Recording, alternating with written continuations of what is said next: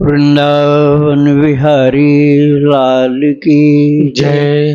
राधा रानी की जय। श्री गुरुदेव भगवान की जय। श्री राधे राधे। भक्ति प्रश्नोत्तरी कार्यक्रम प्रारंभ किया जा रहा है। आइए हम भक्ति संबंधित प्रश्नों को श्रवण करें। श्री राधे राधे गुरु जी, आपके श्री चरणों में कोटि कोटि दंड प्रणाम।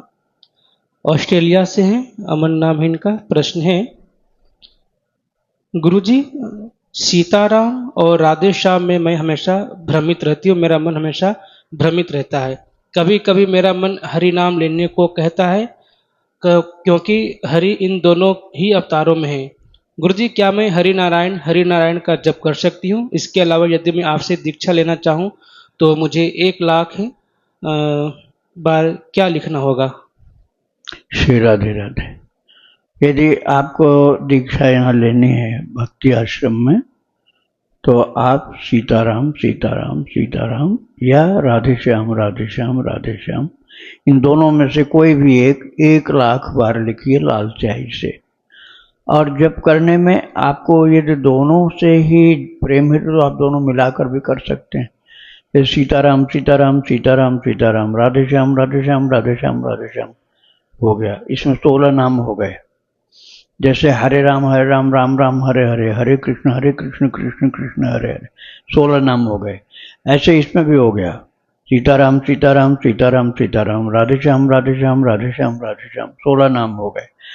अब आप एक माला करेंगे तो 1600 नाम का जप हो गया। 64 माला करेंगे तो 1,00,000 नाम जप हो गया। इस तरह से काउंटिंग करना है तो कर सकते हैं।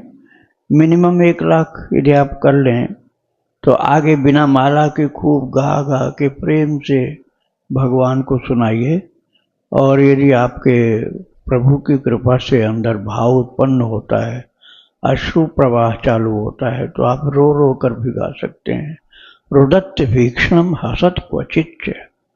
11वें स्कंध में भगवान ने कहा है उद्धव जी से, रुदत्त भीक्षणम हसत क्वचित विलज्य उद्गायत नृत्यते च मदभक्त युक्तो भुवनम पुनाति। ये प्रभु का बोला हुआ शब्द है। 11वें स्कंध में भागवत में उद्धव जी से कहा है, जो मेरा भक्त होता है उसकी वाणी में गदगद स्वर हो जाता है।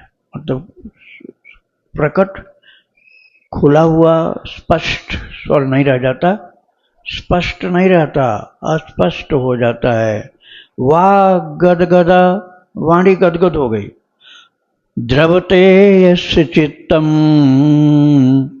उसका चित्त द्रवित हो गया। रुदत्य भीक्षणम, और रोने लग जाए, वो रुक नहीं सकता है। हसति क्वचित, और यदि भगवान दिखलाई पड़ गए उसको भाव के प्रेम के आंसुओं के मध्य में कृष्ण का दर्शन होने लगा तो हंसने लग गया। प्रभु का जब हंसने लगे भगवान सामने तो उसका रोना हंसी में बदल गया। रुदत्त भीक्षणम हसति क्वचित विलज्य उद्गायति नृत्यते च। और लज्जा छोड़कर जोर से गाएगा, चाहे सुरा चाहे बेसुरा, उसको हारमोनियम से मतलब नहीं है, बेसुरा भी गा सकता है। और फिर कहते हैं वो मध्य भक्ति युक्तो भुवनम पुनाति, मेरे भक्ति से इस प्रकार से पूरा का पूरा वो तो प्रोत भीगा हुआ हो जाता है कि केवल अपने को ही नहीं, भुवन को, संपूर्ण भुवन को पवित्र कर देता है। ये प्रभु के बोले हुए शब्द हैं। आप माला पूरी करने के बाद गा गा कर भगवान को सुनाओ, जैसा आता वैसा गाओ। यदि आपको स्वर से गाने का बन जाए तो हारमोनियम के स्वर मिलाकर अकेले में करो, और नहीं बनता है तो जैसा बनता वैसा गाओ। भगवान तो कहते हैं मेरा भक्त जहां गाता, स्वर की बात ही नहीं किया प्रभु ने। मदभक्ता यत्र गायन्ति तत्र तिष्ठामि नारद। और नारद जी जैसे महान संगीतज्ञ से कहा ऐसा भगवान ने कि नारद जहां मेरा भक्त गाता है, भक्त कहा, संगीतज्ञ नहीं कहा। मदभक्ता यत्र गायन्ति, जहां मेरा भक्त गाता है, लेकिन गायन में संगीत अपने आप इंक्लूड हो गया। संगीत जो है गायन, सिंगिंग, जहाँ सिंगिंग होगी तो इंस्ट्रूमेंट भी होंगे। अब इंस्ट्रूमेंट नहीं है तो बिना इंस्ट्रूमेंट के ही गाओ। ठाकुर जी को तो अपने भक्त का गाना रोना सब अच्छा लगता है। भगवान को सुनाओ आप, वो सुनते हैं। वो ये नहीं कहेंगे कि नहीं बहुत ऊंचा अच्छा सिंगर होना चाहिए, नहीं, भगवान को तो जैसा भी भाव से गाओ वही सुनते हैं। तो वो ऐसा भी कहा उन्होंने कि मेरा ऐसा भक्त यदि कहीं गाता हुआ चल रहा हो तो मैं उसके पीछे पीछे चलता हूँ, और इसलिए चलता हूँ कि उसकी पदरज की धूल मुझको प्रिय लगती है और उसको मैं स्वीकार कर लेता हूँ, अपने माथे पर रख लेता हूँ। और भागवत जी में 11वें स्कंद में ये भी कहा गया। तो आप भाव से गाओ, भाव से नाम जपो, संख्या पूरी हो जाए तब उसके बाद तो बिना माला के ही गा गा के रो के चिल्ला चिल्ला के बोलते रहो। राधे राधे। इनका गुरु जी प्रश्न ये भी था इसमें कि मेरा मन हमेशा सीताराम और राधे श्याम में भ्रमित रहता है, कभी कभी मन हरि नाम लेने को करता है। तो आप गिनती वाला तो सीताराम राधे श्याम से ही करिए, तो गिनती अच्छी हो जाएगी, संख्या सही रहेगी। और उसके बाद हरि शरणम हरि शरणम हरि शरणम हरि शरणम। अब इसमें हरे राम क्या बोले इन्होंने कहा? इन्होंने कहा गुरु जी कि बाद वाला हरि नाम लेने की इच्छा होती है कभी हरि नाम में यही बोलना आपको, हरि शरणम हरि शरणम। ये सनकादि मुनि का कीर्तन है। सनकादि मुनि का कीर्तन है हरि शरणम हरि शरणम हरि शरणम हरि शरणम। आप ये गाओ। सनकादि मुनि देखत बालक बहुकालीना ब्रह्मानंद मगन लयलीना। देखने में बच्चे हैं, बहुत पुराने हैं, सदा ब्रह्मानंद में भगवदी आनंद बरत। राधे राधे। इनका दूसरा प्रश्न गुरुजी, गुरुदेव मुझे अपने माता पिता से कभी प्यार नहीं मिला क्योंकि मैं एक लड़की थी। बाद में मुझे डिप्रेशन हो गया और साइकोलॉजिस्ट ने मुझे बताया कि मेरे माता पिता के इस व्यवहार का मुझ पर बहुत गहरा असर पड़ा और आखिरकार इसी वजह से मुझे डिप्रेशन हुआ। मैं वह प्यार भगवान से पाना चाहती हूँ, तो क्या मैं राधे श्याम जी के साथ अपने माता पिता के रूप में रिश्ता बना सकती हूँ? क्या यह संभव है? मैं इस प्यार के लिए बहुत तरसती हूँ। मेरी उम्र 40 साल की है, मेरा एक बेटा भी है और अभी मैं राधे श्याम राधे कृष्ण के साथ साथ माता और पिता के रूप में रिश्ता बनाना चाहती हूँ। बहुत अच्छा रहेगा, बहुत अच्छा है। जगत मातु पितु शंभु भवानी ते श्रृंगारिन कहूँ बखानी। जगत मातु पितु, जगत के माता पिता हैं प्रभु। तो आप सीताराम जी, चाहे राधे श्याम भगवान, चाहे गौरी शंकर, जहाँ भी आपकी निष्ठा है, उनको माता पिता के रूप में मानिए, क्योंकि है ही वो माता पिता, सबके माता पिता हैं। तो इतना प्यार तो कोई करेगा ही नहीं जितना भगवान करते हैं। इतना दुलार, इतना प्यार, इतना इस प्रकार से अपनाना, और इतना भगवान की तरह संभालना भी कोई नहीं कर सकता है।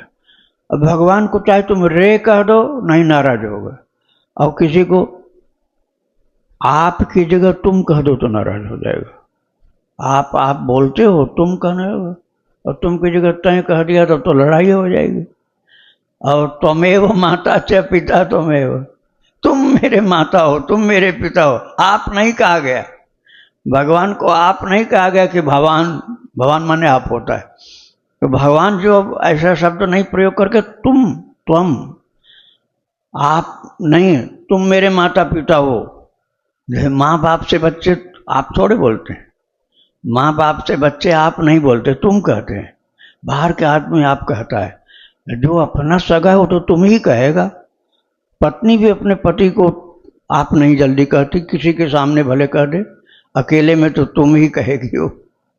तो ऐसे ही जहाँ ज़्यादा अपनापन होता है वहाँ तो आप शब्द नहीं, तुम हो जाता है। तो आप भगवान को माता पिता मान के खूब उनसे प्रेम करो, वह आपसे दुगुना प्रेम करेंगे।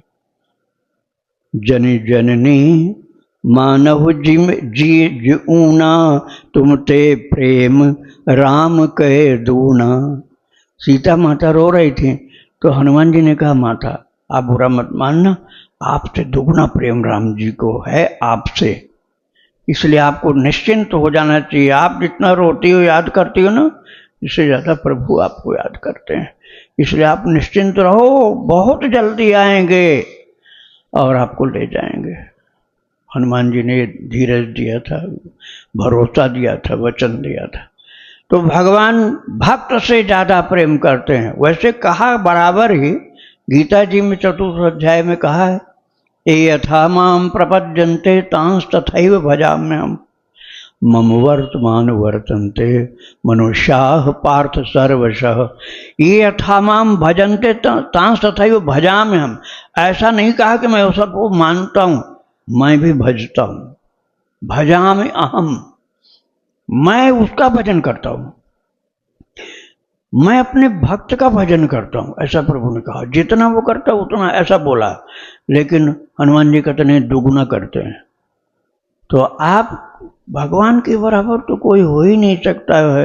वो कृतज्ञ भी हो जाते हैं, संतुष्ट भी हो जाते हैं।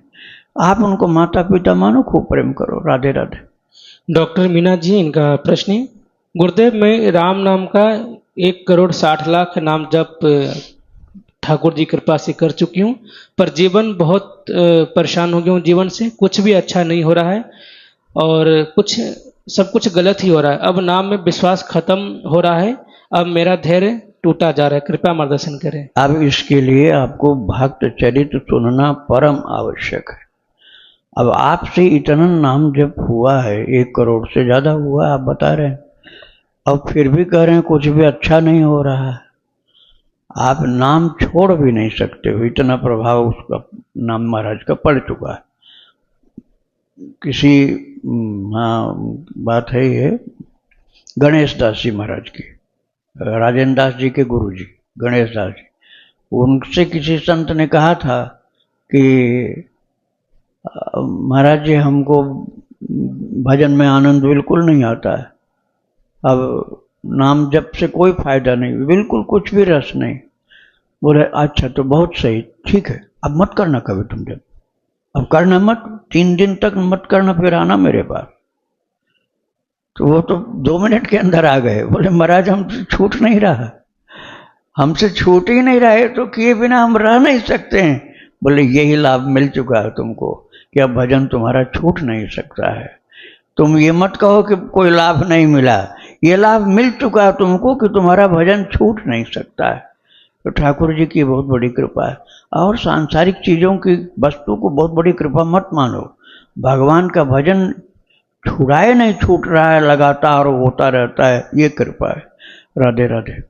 रूबी जी हैं, इनका प्रश्न है, मैं श्री जी की सेवा करती हूँ, वाणी पाठ सहित 84 जी का पाठ करती हूँ और नाम जप भी करती हूँ, लेकिन मेरे पति नॉनवेज खाते हैं लेकिन बाहर खाते हैं, तो ऐसे में मैं क्या करूँ? नाम जप करने की वजह से अब मैं कुछ बोलना नहीं चाहती, मुझे अच्छा नहीं लगता है बोलना, लेकिन मेरे पति मुझसे नाराज रहते हैं, क्या करूँ गुरु जी?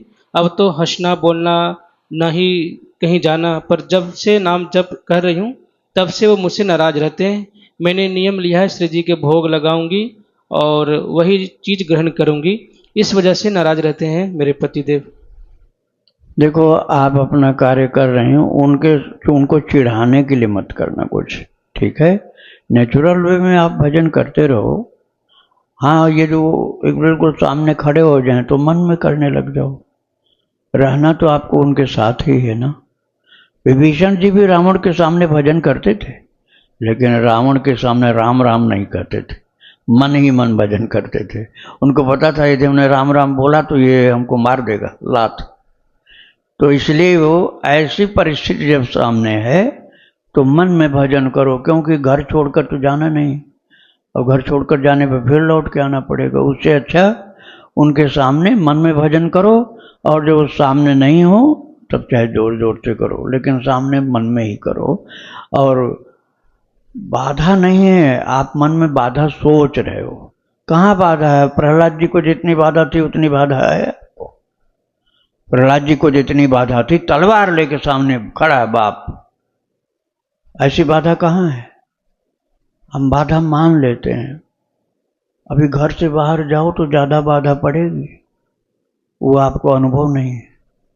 अच्छी बात है नहीं अनुभव, घर में रहना आपको, लेकिन ये समझ लो कि घर में रहने पर जो बाधा थोड़ी सी आ रही वो ज़्यादा नहीं, उससे बहुत ज़्यादा बाधा बाहर पड़ती है। श्री राधे राधे। इनका दूसरा प्रश्न है, गुरुदेव 5 महीने से रोजाना मुझे कोई रात के 1:40 जगाता है और कहता है कि जाग जा और नाम जप कर, लेकिन गुरुजी मैं जगती हूँ और फिर पता नहीं कौन जगाता है, कुछ टाइम के बाद फिर मैं सो जाती हूँ, क्या करूँ गुरुदेव? अब बताओ, ये इतनी बड़ी कृपा को तुम मामूली बात समझ रहे हो? कोई न कोई ईश्वरीय शक्ति है। भगवान भी ऐसा कर सकते हैं और अपने पार्षदों से भी ऐसे करा सकते हैं। और ये कितना अच्छा है होगा कि आप उस टाइम पर उठकर खूब भजन करिए। सिद्धों का समय है वो, ब्रह्म मुहूर्त के पहले वाला समय जो सिद्धों का समय होता है, वो बहुत शक्तिशाली होता है भजन में। आप उनके उठाते ही उठ के भागो, मुंह धो, स्नान कर सको तो सबसे अच्छा, नहीं तो ज़्यादा टाइम स्नान में मत गंवाओ। मुंह धो और बैठ करके भजन करो, खड़े होकर करो, चल फिर के करो, नाच कूद के करो, जैसे भी करो, नींद से बचकर। बिस्तर पर तो जाना नहीं। अब नीचे बैठो, और यदि तकलीफ शरीर में कोई है तो बिस्तर पर बैठ सकते हो, किंतु भजन वो जो आपको 1:30 के आसपास जगा दिया गया, वो भजन के लिए ही जगाया गया। वो और कोई काम धंधा करने के लिए नहीं जगाया गया, भक्ति करने के लिए जगाया गया। तो आप उसका पूरा उपयोग करो। जिसने जगाया उससे बड़ा हितैषी कोई नहीं है। राधे राधे। मनीषा जी, इनका प्रश्न है, मोक्ष और मुक्ति में क्या अंतर है? मोक्ष का शब्दार्थ होता मोहस्य क्षय इति मोक्ष। मोह का क्षय हो जाए, जीते जी मोक्ष हो गया। अर्थात मैं और मेरा और तुम और तुम्हारा, ये मोह, ये जो मोह है, मोह, और इससे हम अलग हो गए। अब सब कुछ जो है भगवान का हो गया।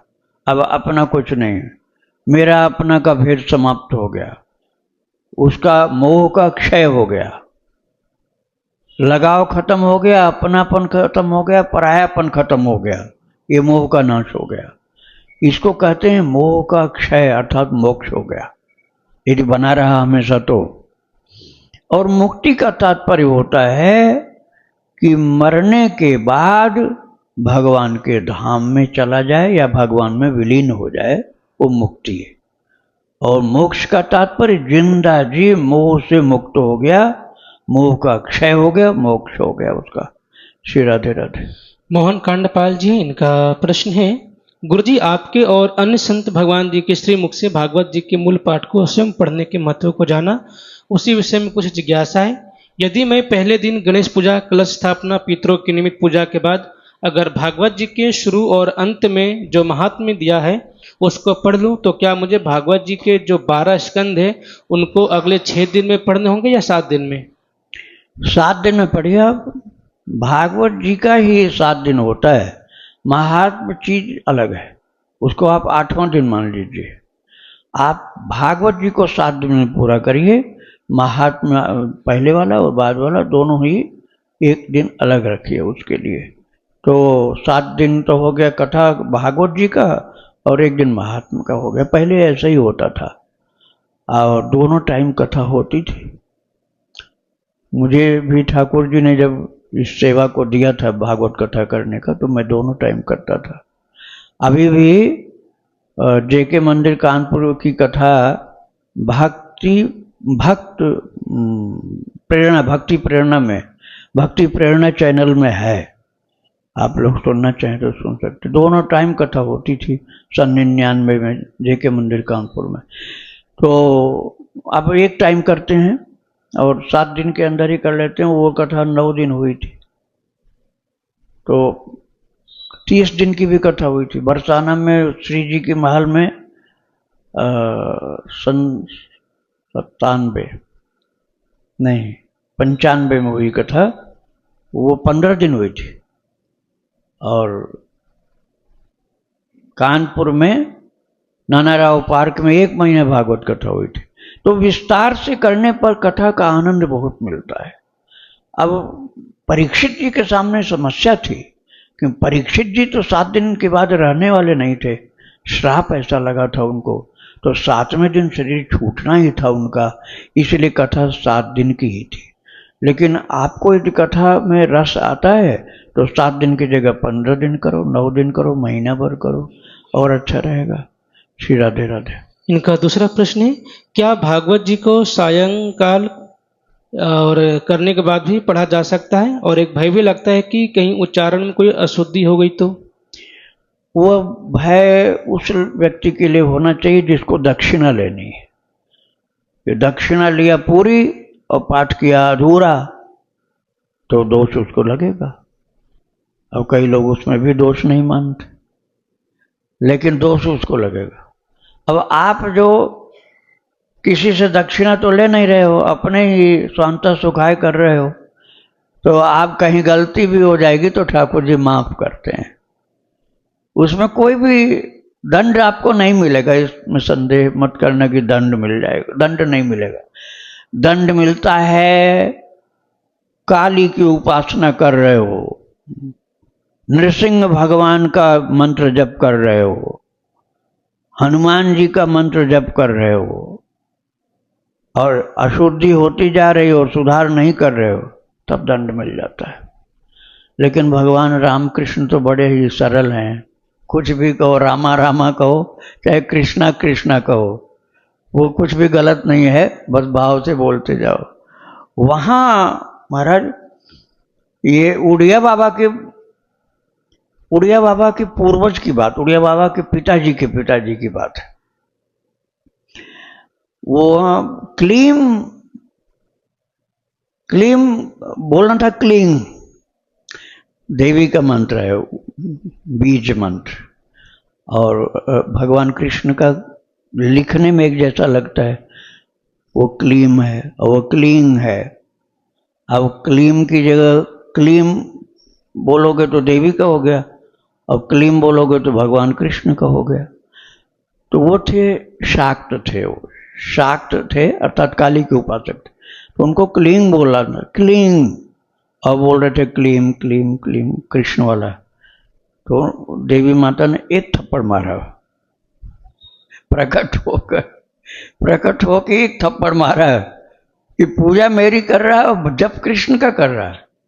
तो वो थप्पड़ ऐसी थी कि उनकी गर्दन घूम गई, ऐसे घूम गई, जिंदगी भर घूमी रही। शक्ति है, वो कोई मनुष्य का थप्पड़ छोड़ेगा, जिंदगी भर गर्दन घूम ही रही, ऐसे सोते समय खाते समय हर समय। तो वहां मंत्र की अशुद्धि हो जाने पर दंड मिलता है। लेकिन राम और भगवान कृष्ण, इनके मंत्र में तुम कुछ भी गाओ, जैसे बने वैसा बोलो, कोई दंड नहीं मिलेगा। वो विष्णवे नमः मंत्र है। आप विष्णवे नमः की जगह विष्णाय नमः बोले जा रहा है एक आदमी। तो भगवान खूब हंस रहे हैं। लक्ष्मी जी ने कहा क्यों हंस रहे? बोले देख लो मेरा नया मंत्र सुन लो चल के। अब विष्णवे नमः की जगह विष्णाय नमः बोल रहा, और भगवान दर्शन देने भी आ गए। तो ये सात्विक जो देवता होते हैं ना, वो बुरा नहीं मानते हैं, और तामसिक मंत्र में सावधानी करनी पड़ती। राधे राधे। इनका अगला प्रश्न है, एक बार के भागवत जी के पाठ से मेरे माता पिता के साथ मेरे अन्य सभी पूर्वज जैसे दादा दादी ताऊ ताई आदि का उद्धार हो जाएगा, या हर किसी के लिए अलग अलग भागवत जी का पाठ का विधान है? भागवत पाठ तो एक ही होगा। अब उनमें उन सब के लिए जो मतलब अलग अलग होगा, व्यक्ति अलग अलग होंगे, ग्रंथ अलग होगा, लेकिन ऐसा नहीं कि 7 दिन फिर 7 दिन फिर 7 दिन, ऐसा नहीं करना होगा। 7 दिन में ही सबका एक साथ हो जाएगा, 7 दिन में एक साथ ही सबका हो जाएगा। तो पाठ करने वाला उतना बैठाइए जितने लोगों के लिए करना है। अच्छा, ये उन लोगों के लिए जो चुके हैं, मरणोपरांत जिनका हो रहा उनकी बात है। और ये जिंदा हैं तो अलग अलग नहीं बैठा ना, एक ही व्यक्ति पाठ करेगा और सबका कल्याण होगा, सबका कल्याण होगा, सबको भक्ति प्राप्ति होगी, प्रेरणा की प्राप्ति होगी, दिशा निर्देश मिलेगा। मरा हुआ आदमी उसके लिए अलग अलग करना होगा, जिंदा व्यक्ति के लिए एक व्यक्ति का पाठ लाखों लोगों के लिए पर्याप्त। श्री राधे राधे। इनका आखिरी प्रश्न है, गुरुजी एक अपराध बोध मन में है। आपने लगभग 2 वर्ष पूर्व प्रश्नोत्तरी कार्यक्रम के तहत मुझे हरे राम महामंत्र की 64 माला जपने को कहा था। मैंने लगभग 1 वर्ष तक किया, तब मुझे प्रातः स्मरणीय श्री मलोक पीठाधीश्वर महाराज जी के द्वारा दीक्षा प्राप्त हो गई। उनसे श्री सीताराम नाम जपने को मिला, तब से मैं वही जपता हूँ। आपके श्री चरणों में करत प्रार्थना है कि आप अपने श्रीमुख से श्री सीताराम नाम दे दें मुझे। हाँ, आप जप सकते हैं श्री सीताराम, श्री सीताराम, श्री सीताराम, खूब जपिए आनंद से। राधे राधे। सुनीता जी हैं, इनका प्रश्न है, मैं राम कृष्ण हरि का जप करती हूँ गुरुजी, अब मेरा मन किसी काम में नहीं लग रहा है, पूजा पाठ में भी मन नहीं लग रहा है गुरुजी। बस ऐसा लगता है कि बस रात दिन नाम जप करके पहले भगवान को प्राप्त कर लूं, लेकिन घर गृहस्थी में नहीं हो पा रहा है। राम कृष्ण हरि जपते हैं। हाँ, वो महाराष्ट्र में प्रचलन बहुत है, जय और लगाया जाता है, जय जय राम कृष्ण हरि, जय जय राम कृष्ण हरि, जय जय राम कृष्ण हरि, जय जय राम कृष्ण हरि। वहाँ वारकरी संप्रदाय में इसको माना जाता है। वारकरी संप्रदाय ज्ञानेश्वर जी, तुकाराम जी उनका है, तो वो लोग जय जय राम कृष्ण हरि, जय जय राम कृष्ण हरि। विठल विठल तो बोलते हैं, विठल तो बोला जाता है, लेकिन जय जय राम कृष्ण हरि खूब गाया जाता है। और जो पंढरपुर का मंदिर है भगवान विठल का, वहाँ भी गाया जाता है। आप गा सकते हैं, ऐसा नहीं है कि उन लोगों के लिए हमारे लिए नहीं, सबके लिए ये मंत्र भगवान का, सभी के लिए। श्री राधे राधे। आलेख जी, इनका प्रश्न है, महाराज जी मैं अभी अध्यात्म के मार्ग में बहुत कच्चा हूँ और अल्प बुद्धि हूँ। भगवान नाम की महिमा में श्रद्धा रखता हूँ तथा यथाशक्ति नाम जप करने का प्रयास भी करता हूँ, किंतु कई लोग कहते हैं कि यदि भगवान नाम में इतनी ही शक्ति है तो भारतीय सेना को भी माला लेकर बैठ जाना चाहिए, जिससे चीन पाकिस्तान आदि शत्रुओं की शक्तियाँ अपने आप ही समाप्त हो जाए। ऐसी बातें सुनकर कभी कभी मेरी श्रद्धा डगमगाने लगती है और मन में शंका उत्पन्न हो जाती है। कृपया इस मूर्ख पर कृपा करें और शंका का समाधान करें।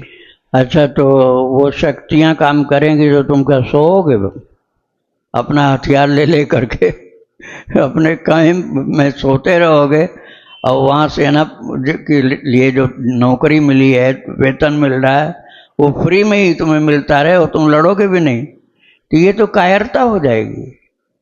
ये भगवान ने कहा है, तस्मात् सर्वेषु कालेषु माम अनुस्मर युध्ये च। अर्जुन योद्धा थे, लेकिन भगवान ने नहीं कहा कि नहीं तू मेरा है तो आराम कर। युद्ध च, युद्ध भी कर, और मां मनुस्मर, और मुझे याद भी करता रह, और युद्ध भी कर, और जो भी दुख सुख आवे उसको सहन कर। तां स्थितिक्षस्व भारत, उनको हे अर्जुन तू सहन कर जो दुख सुख आवे, और युद्ध च, कर्तव्य परायण होकर के लगा रह। ऐसा नहीं कि थोड़ा सा भी उसमें प्रमाद चलेगा, प्रमाद नहीं चले, अकर्मण्यता नहीं चलेगी, बहुत मजबूती से। यदि साधना कर रहे हो तो साधना करो, और किसी नौकरी में लगे हो तो उस नौकरी के कार्य को शरीर से करो, मन से भगवान को याद करो, और कर्तव्य को शरीर के द्वारा, बुद्धि के द्वारा करो। भाई ये इसी के लिए तो मनुष्य का शरीर मिला, नहीं तो अन्य जीव जंतु का शरीर मिलता फिर। श्री राधे राधे। गुरुदेव के चरणों में कोटि कोटि नमन। गुरुदेव, ठाकुर जी की कोई लीला या शास्त्रों का कोई ऐसा प्रसंग जो आपको बिल्कुल भाव विभोर कर देता हो? श्री राधे राधे राधे। ठाकुर जी के तो सभी प्रसंग भाव विभोर करते। अब मैं कार्तिकेय जी का एक छोटा सा सुना देता हूँ, 2 मिनट का। कार्तिकेय जी का चरित्र जिन लोगों ने सुना होगा, संत कार्तिकेय जी। कार्तिकेय वो गणेश जी के भाई नहीं, गणेश जी के भाई तो सदा से हैं कार्तिकेय, लेकिन संत कार्तिकेय उड़िया बाबा के शिष्य थे। तो उनका जब जन्म हुआ था, अयोध्या के पास हुआ था जन्म, तो उनके माता पिता ने बहुत पूजा की थी, बहुत पूजा की थी। और भगवान से यही मांगा था कि आपका संपूर्ण आशीर्वाद मेरे बच्चे पर हो। तो भगवान आशीर्वाद दे रहे तो सब देवी देवताओं ने आशीर्वाद दिया। और बच्चा जो हुआ वो जब पैदा हुआ तो रोया नहीं। अब ये देखो, अब तो जबरदस्ती रुलाया जाएगा, जो नहीं रोएगा तो कहीं सांस नहीं चल रही है इसके अंदर, तो नर्स को करना पड़ेगा या डॉक्टर को करना पड़ेगा, लेकिन वो रोया नहीं। और माँ ने देखा, चकित हो गई, रोया क्यों नहीं है? तो मुस्कराने लगा। वो बच्चा मुस्कराने लगा और तुरंत का पैदा हुआ, और चकित होकर देख रही तो रोया नहीं, तो मुस्कराने लग गया। और हैरान हुई। फिर कभी ये ऐसा नहीं कि उस समय नहीं रोया तो बाद में रोया हो, कभी भी नहीं रोया वो बच्चा। 5 साल की उम्र में जनेऊ उसकी करा दी गई थी। जनेऊ वाली बात जिनके समझ में आती है, एक पवित्र 5 साल की उम्र में वो बोला नहीं था। और जब पंडित जी गायत्री मंत्र देने के लिए आए, जब जनेऊ हुई तो गायत्री मंत्र लिया था कान में, तो छोटा सा बच्चा 5 साल का इशारा किया, अभी तक बोला नहीं था, और उनको इशारा किया। वो पास में बोला, क्या बात है? बोला अपना कान, इशारा किया कान करो, अपना कान किया, तो बिल्कुल शुद्ध शुद्ध गायत्री मंत्र 5 साल का बच्चा पंडित जी के कान में सुनाया।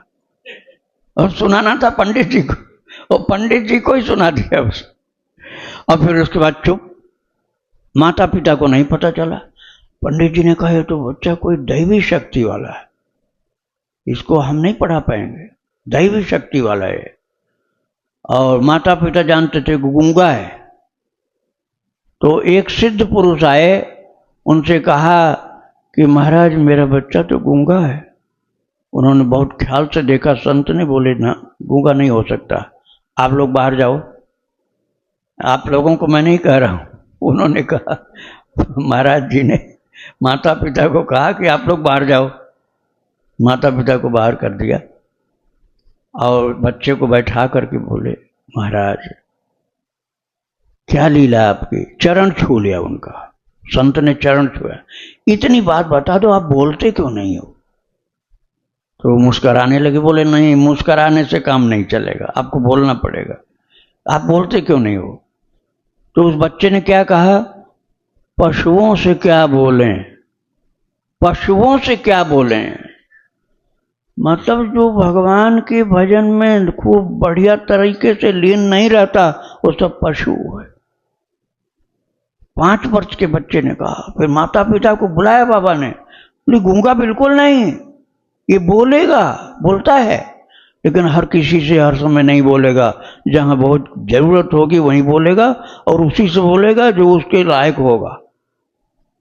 तो हम लोग पशु न बन जाएं, इसका ध्यान रखना, नहीं तो भगवान और उनके भक्त लोग फिर बोलेंगे ही नहीं। कार्तिकेय जी के चरित्र से ये शिक्षा मिलती है। चरित्र बहुत सुंदर है उनका, बहुत सुंदर, 63 भाग में है। 63 ज़्यादा संख्या है, इसलिए ये सुन करके आप निराश उदास मत होना। एक एक भाग आप सुनते चलो, आनंद आपका बढ़ता जाएगा। श्री राधे राधे। YouTube पे आपके भजन देख के भक्ति का वो बहुत वो हुआ है। और मैं हनुमान चालीसा पढ़ती हूँ, पर इसके साथ साथ मेरा है कि मैं राधा माधव में ज़्यादा जीव लगता है, तो सही है। हनुमान चालीसा, राधा माधव कहते हैं कि हनुमान चालीसा पढ़ो तो राम जी का गाना ठीक है, ठीक है, नहीं आप रखो, मैं बताता हूँ। आप महाभारत में जब अर्जुन युद्ध कर रहे थे तो अर्जुन के रथ में ध्वजा थी एक, उसमें हनुमान जी रहते थे। और हनुमान जी को भगवान कृष्ण ने कहा था कि जब देखना कि कौरव भारी पड़ रहे हैं तो तुम जोर से एक बार गर्जना कर देना, सब मूर्छित होकर गिर जाएंगे। मारना पीटना नहीं है तुमको, बस जोर से गर्जना कर देना। अब आप सोचो, केवल राम जी के अवतार के ही होते तो भगवान कृष्ण की सेवा क्यों करते हो? रोजाना युद्ध में कितने बाण लगते होंगे हनुमान जी को, बाण चल रहे हैं, हनुमान जी को असर नहीं करता था, वो अलग बात है, लेकिन आगे से बाण तो आते होंगे, फिर भी हटते नहीं थे वो। तो हनुमान जी भगवान कृष्ण को भी प्रिय हैं, राम जी को भी प्रिय हैं। आप हनुमान चालीसा भी करो और राम कृष्ण का भजन भी करो। श्री राधे राधे। गुरुदेव के चरणों में कोटि कोटि नमन। श्री राधे। गुरुदेव की कृपा का विशेष पात्र कैसे बना जाए, क्या करना चाहिए शिष्य को? राधे राधे। आप जो गुरु भक्त हुए हैं, जैसे मैंने भी कार्तिकेय जी का कहा, वो उड़िया बाबा के सच्चे भक्त थे। और ऐसे ही महाराज राधा बाबा गुरु भक्त थे। और बहुत से संत हुए हैं, जैसे गणेश कुंवरी माता सच्ची गुरु भक्त थी, तुलसीदास जी महाराज की शिष्या थी। और हरिराम व्यास जी गुरु भक्त थे। तो इस तरह से जो गुरु भक्त संत हुए हैं, भक्त हुए हैं, उनका चरित्र खूब सुनिए। और गुरुदेव की आज्ञा किस तरह से पालन किया गया प्रसाद जी महाराज ने। गिरिराज गोवर्धन में रहते थे गया प्रसाद जी। वो तो महाराज वृंदावन की ओर पांव करके सोते नहीं थे, क्योंकि वृंदावन में गुरुदेव उनके उड़िया बाबा रहते थे। तो गया प्रसाद जी इधर चरण करके सोते नहीं थे। लोगों ने पूछा, महाराज इधर क्यों नहीं पैर फैलाते? बोले इधर मेरे गुरु जी रहते हैं। अब आप सोचो, श्रद्धा, ये श्रद्धा है कि हम उधर पैर नहीं पसारेंगे जिधर हमारे गुरु जी रहते हैं। और दूरी इतनी 20 किलोमीटर कम से कम, और तब भी नहीं पैर फैला रहे हैं। तो श्रद्धा आप जैसे जैसे बढ़ाएं और श्रद्धावान गुरु भक्तों का चरित्र सुने, वैसे वैसे आपका यह कार्य सरल हो जाएगा। वृंदावन विहारी लाल की जय। राधा रानी की जय। श्री गुरुदेव भगवान की जय। श्री राधे राधे।